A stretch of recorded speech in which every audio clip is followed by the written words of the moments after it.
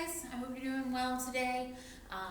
Today we are going to pick up where we left off with our notes for chapter 15. We spent the last video discussing pH, and today we're going to pick up with acid-base titrations. Now, this video is going to cover about 2 days worth of class notes for us. So if you want to break the video apart and watch it between 2 days, so you have something to do for 2 days, that's fine. If you want to get it all done at one time, that's fine too. But make sure that you're keeping up with your notes. I will be giving you a quiz grade on those when you come back.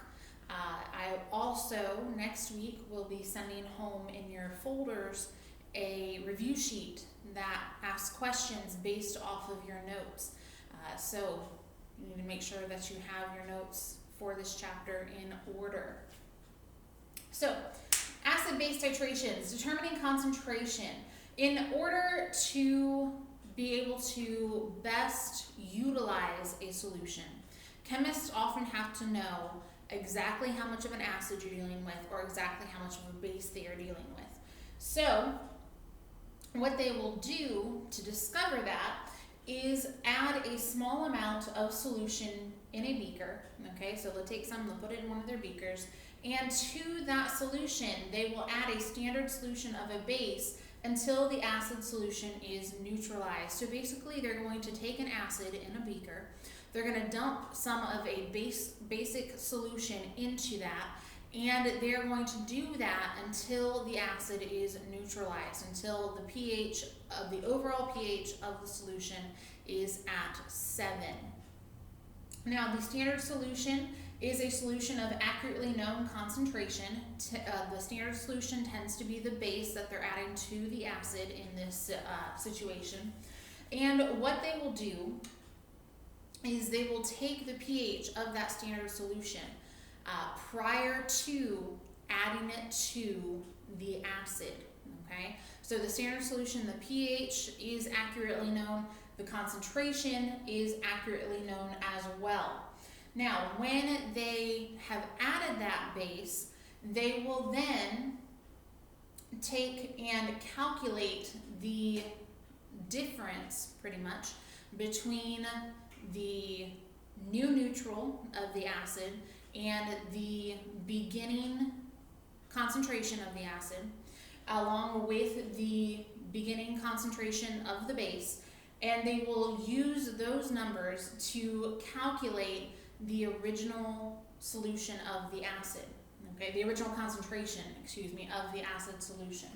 Titration, is the gradual adding of a standard solution to a measured volume of solution of unknown concentration until the reaction is complete. So, titration is just the adding of the base to an acid until the acid is neutralized. Whole bunch of words for a really simple process. Okay, it's the adding of a base solution to an acidic solution until the acidic solution is neutralized.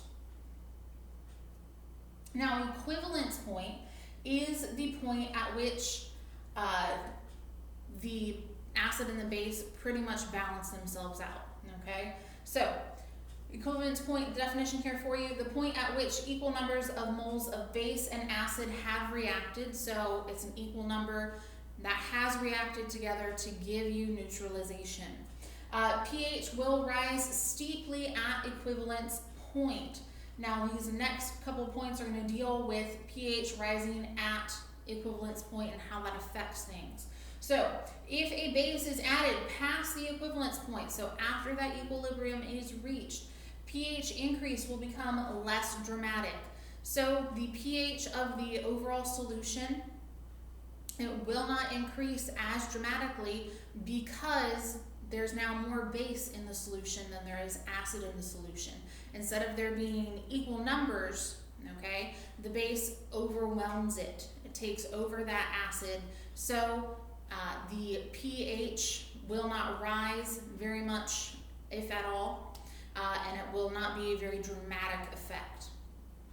So in a titration that involves a strong acid and a strong base, the pH of the solution at equivalence point is 7, or neutral, which we talked about when we discussed pH and the numbers there indicating strong acids or strong bases. Remember, strong acids, these are your lower numbers, okay? 0 through 6 indicates an acid. The lower the number, the stronger the acid. And it's the opposite for bases, okay? So a strong base would be 14. And bases range from 8 to 14. The higher the number, the stronger the base.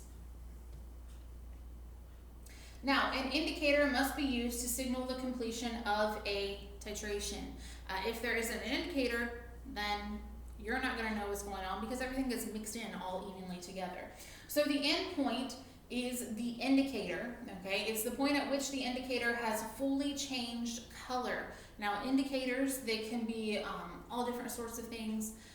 Typically with an indicator, one that I can think of right now off the top of my head would be cabbage juice is a good type of indicator because of the color change.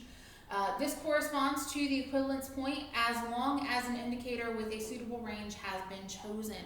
You want an indicator that has a more neutral range to be able to tell you if your titration has come to an end. You can see here the mathematical equation for equivalence point being reached. We're not going to work with that, mainly because I don't want to confuse you guys with math while you're not here, okay?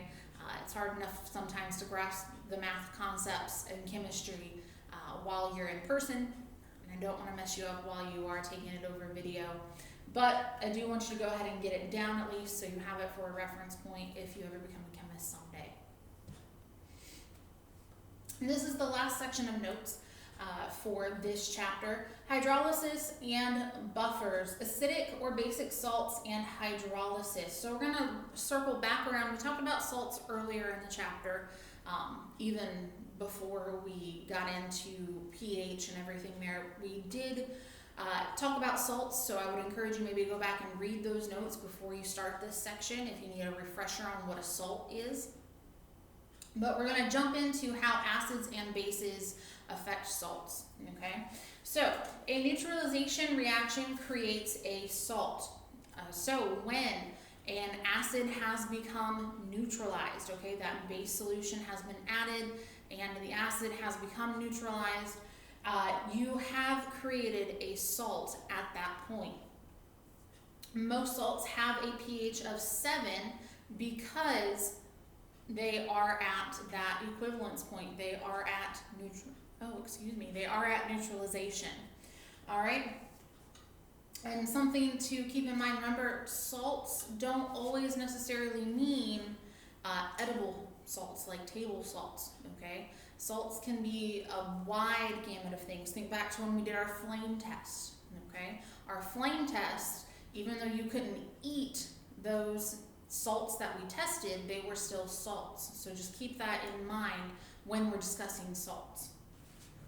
Hydrolysis is a reaction between water and an ion in a salt that produces OH negative or base or H3O positive acidic ions. This causes the solution to lose its neutrality. So what happens is salts, they can be added to water. And what can occur is an ion reaction can occur between that salt and that water, and that reaction is known as hydrolysis. And what happens is if this reaction occurs, the ion the ion that reacts with the water, when this reaction occurs, it produces either a base salt or an acidic salt, depending on what your original starting point was. Now, salts can be classified according to the strengths of the acids or bases that they come from. If you're dealing with a weak acid, then you are going to get a weak salt. If you are dealing with if you're dealing with a weak acid, you're going to get a weak acid salt. If you're dealing with a strong base, you're going to get a strong base salt. So, the anion of a strong acid and the cation of a strong base do not hydrolyze. So that means that hydrolysis can't happen in the cation of a strong base or the anion of a strong acid. Weak acids and weak bases produce conjugate bases and acids that are strong enough to react with water and form basic or acidic solutions. This means that your weak acid and your weak bases are more likely to react to form salts than your strong acids and your strong bases are. Cations of weak bases hydrolyze to form acidic solutions, and anions of weak acids hydrolyze to form basic solutions. Again, a whole lot of scientific terms for just a very simple weak acids and weak bases tend to make salts more than strong acids and strong bases do. The aqueous solution of a salt will take on the characteristics of the stronger substance, the acid or the base, from which it is considered to have been formed in a neutralization reaction. So if you're dealing with an aqueous solution, again, solutions that deal with water, not just liquids, but water, then those will behave differently than any other type of substance that you're dealing with, okay? So they will take on the characteristics of the stronger substance from which they are derived. And then last but not least, buffers. Buffers help regulate the pH of a solution. A buffer is a solution that keeps the pH relatively constant because it contains a weak acid and its conjugate base, or a weak base and its conjugate acid. Buffers you can add to solutions to keep reactions from happening or to slow down reactions. Your body naturally creates buffers in your blood or even in your digestive tract to help your body from producing too much acid, too much of a base in your blood or in your digestive system, especially with acids in the digestive system. Your body will try to regulate the amount of acids there so that you don't get heartburn, okay? Your body will try to naturally create those buffers. And buffers, they're not just in your body, they're everywhere really. But yeah, we're just gonna end with that. I'm not gonna go too much further. Anyway, this does end chapter 15. Take your time, get these notes down. Don't let it go. And not get the notes, because then you won't be able to answer the questions next week. Hopefully, we will, maybe, if I can get things arranged, we might be doing a little take-home lab. We might be doing a lab at home to help just identify acids and bases, give you some more hands-on practice with that. And also just to break the monotony of having to watch videos and take notes. So, I hope you guys are doing all right. I miss you, and I'll see you when I see you, but you'll see me when I do my next video. Have a good day, guys.